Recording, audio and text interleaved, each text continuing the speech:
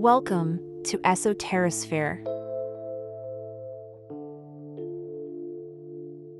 In the Gnostic texts, the world isn't just broken, it was built that way. Not by accident. Not by a benevolent creator who made a few mistakes. But by a lesser being. A fraud. A tyrant. A blind god known as the Demiurge. And he didn't work alone. He was surrounded by enforcers, cosmic administrators called Archons. Together, they engineered a reality designed not to enlighten you, but to trap you. To keep you distracted, fragmented, and spiritually asleep. Today, we're going deep into the Sophia of Jesus Christ, one of the core texts of the Nag Hammadi library. In this secret gospel, Jesus, after the resurrection, returns not just to offer hope, but to reveal the terrifying truth about the world and the beings that rule it. In this account, Jesus doesn't spend time on parables or moral instructions. He's here to drop cosmic intel, to explain the structure of the universe and the forces that manipulate it. At the center of this structure is a figure called Yaldabaoth, also known as Saklas or Samuel. These aren't just random names, they each carry meaning. Saklas means fool. Samuel means blind god or god of the blind. That's the core trait of the Demiurge, blindness. He believes himself to be the only god because he has no knowledge of the realms above him. He is the spiritual equivalent of a dictator raised in a sealed bunker, powerful, self-assured, and utterly deluded. According to the text, Yaldabaoth was born from Sophia, an emanation of the divine mind who attempted to create without her consort. Her act was driven not by arrogance, but by longing, a desire to create. But in doing so, she stepped out of alignment with the pleroma, the harmonious realm of divine fullness. The result was catastrophic. Yaldabaoth was a malformed, incomplete being. A copy without a source file. And in shame, Sophia cast him out into a lower, chaotic realm. Alone in this cosmic wasteland, Yaldabaoth did what he'd seen echoed in the higher realms. He created. But without wisdom, without light, his creation was flawed. A simulation of the divine, hollow, mechanical, and soaked in suffering. And this is the world we live in. To maintain his illusion of godhood, Yaldabaoth created helpers. Archons. In the Sophia of Jesus Christ, they're described as planetary rulers, each assigned dominion over a specific sphere. Their job is to keep the machinery of illusion running smoothly. These Archons aren't just mythic overlords, they represent systems of control. The forces that shape our thinking, restrict our awareness, and suppress our inner light. They rule through distraction, fear, dogma, and division. Each Archon functions like a firewall between the soul and the source.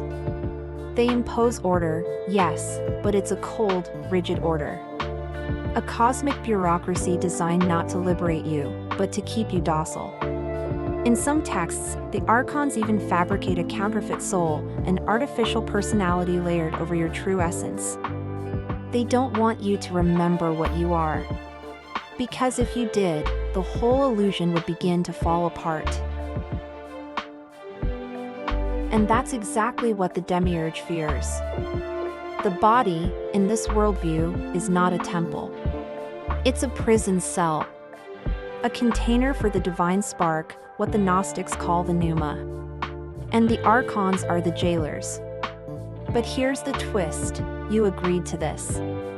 Somewhere in the distant past, your soul descended into this realm either out of compassion, curiosity, or sheer cosmic inertia. And now, you've forgotten who you are. That forgetting is the real fall, not eating the fruit, not disobedience, but amnesia. You forgot your origin. You forgot your power. You forgot the source. And the Archons are banking on you never remembering. That's where Jesus comes in, not as a sacrifice, not as a scapegoat, but as a revealer. A bringer of gnosis. In the Sophia of Jesus Christ, he doesn't tell you to obey. He tells you to wake up, to remember, to see through the illusion and reclaim your identity as a child of the divine light. He names the Archons. He outlines their ranks. He maps the layers of deception. He even describes how, at death, the soul must pass through the realms of these rulers, resisting their lies, answering their challenges with knowledge, not fear. Because in Gnosticism, salvation isn't given. It's unlocked. It's not a reward for faith, it's the result of remembering what you are. This flips traditional theology on its head. The God of Genesis, who demands obedience, is seen by the Gnostics as the Demiurge. The serpent, so often painted as the villain, is reframed as a liberator. A whisper of truth in a world of lies. So what does all this mean today? You don't have to believe the Archons are literal space demons, though some people do. You can interpret them as institutions, ideologies, or psychological forces. The point is, something is standing between you and your inner knowing. Something is profiting off your amnesia. And the Gnostic tradition says, you're allowed to question that. You're allowed to doubt the structures that bind you. You're allowed to ask, who built this system, and what do they want from me? And if that question leads you to some uncomfortable answers, good. That means you're getting closer to Gnosis.